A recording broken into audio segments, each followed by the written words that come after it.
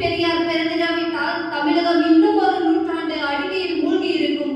தந்தை பெரியார் சாதிமுறை களைவதற்கு அரும்பாடுபட்ட ஒரு சீர்திருத்தவாதி ஆவார்.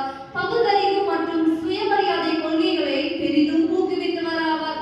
சமூக சீர்திருத்த பணிகளில் ஈடுபட்டவராகவும் பெண் உரிமைக்கு குரல் கொடுத்த மனிதராகவும் திகழ்ந்தார். தென்னிந்தியாவில் பிராமணர் அல்லாத திராவிட மக்களின் உரிமைகளை பாதுகாக்க பாடுபட்டவர். ஈரோட்டின் சிங்கமே பெரியார் பெண் விடுதலைக்கு ஆற்றிய பங்கு மகத்தானது. ஏறத்தாழ 100 ஆண்டுகளுக்கு முன்பே அதற்காக அவர் குரல் கொடுத்தார். சீர்திருத்தங்களை தன் வீட்டிலிருந்தே ஆரம்பித்தார். விதவைகள் வீட்டை விட்டு வெளியே வரக்கூடாது. குறிப்பாக பிராமணர்கள் தலையை மடித்து கொள்ள வேண்டும். வெள்ளை சேலை தான் அணிய வேண்டும். நகை எதுவும் அணியக்கூடாது. ஒரு விதவை படும் துன்பத்தை கண்கூடாக பார்த்ததினால் விதவை மறுமணத்திற்காக வலிமையாக குரல் கொடுத்தார் தந்தை பெரியார். தந்தை பெரியார் பெண்கள் சம உரிமை பெற வேண்டும் என்றால் கல்வி அறிவு அடிப்படை என்பதை உணர்ந்திருந்த பெரியார் ஆண்களை போல பொருளாதார கல்வி அறிவிலும் பெண்கள் முன்னேற வேண்டும் என்று வலியுறுத்தினார். தற்காத்து கொண்டான் பெண்ணி தடை சார்ந்த சொற்காத்து சோர்வில்லால் பெண் ஆண்களை பெண்கள் தொழுதல வேண்டும் என்றால் பெண்கள் இமான்கள் தொழுதல வேண்டும் என்றார் பெரியார். தற்கொண்டான் என்ற சொல்லுக்கு மனைவியை உடமையாக கொண்டவன் என்று பொருள். தற்கொண்டால் என்று ஏன் கூறவில்லை என கேட்ட பெரியார் தாலியை அடிமை சின்னமாக கருதிய பெரியார் திருமணமானவரா ஆகாதவரா என்ற வேறுபாட்டை தாலி எடுத்துக்காட்டுவதாக இருந்தால் ஆண்களுக்குள் அடையாளம் என்ன என்று கேட்டார்.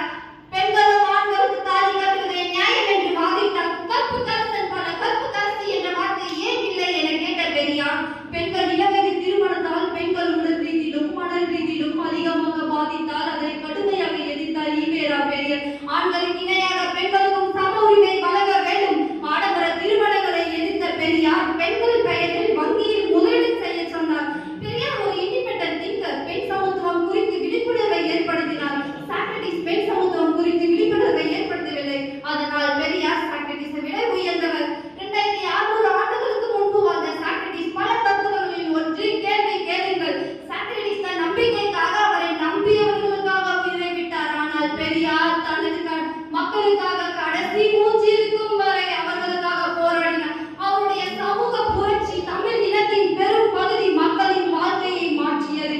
அதனால் சாக்ரட்டிஸை விட பெரிய சாதனையாளர் என்று நான் சொல்வேன். யார் சொல்லியிருந்தாலும் எங்கு படித்திருந்தாலும் நானே சொன்னாலும் உனது புத்திக்கும் பொதறிவுக்கும் பொருந்தாத எதையும் நம்பாதே.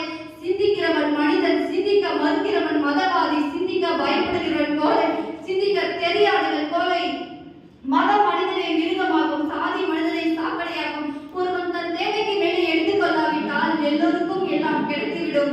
ஆயுதமும் காகிதமும் பூஜை செய்ய அல்ல, புரட்சி செய்ய.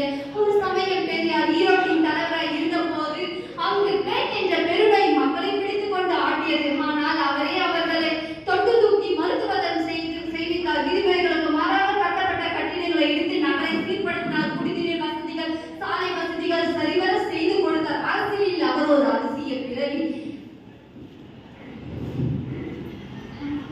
வைக்க வேண்டும் தீண்டாமை போராட்டத்துக்கு பெரியாரையே தலைமையாக கெஞ்சி அழைத்தனர். அங்கு அவர்களுடைய துயர் துடைக்க அவர் அனுபவித்த சிறை பட்டம் சீரியவர்களின் அடிதடி கொடுமைகள் கொஞ்சம் நஞ்சம் அல்ல.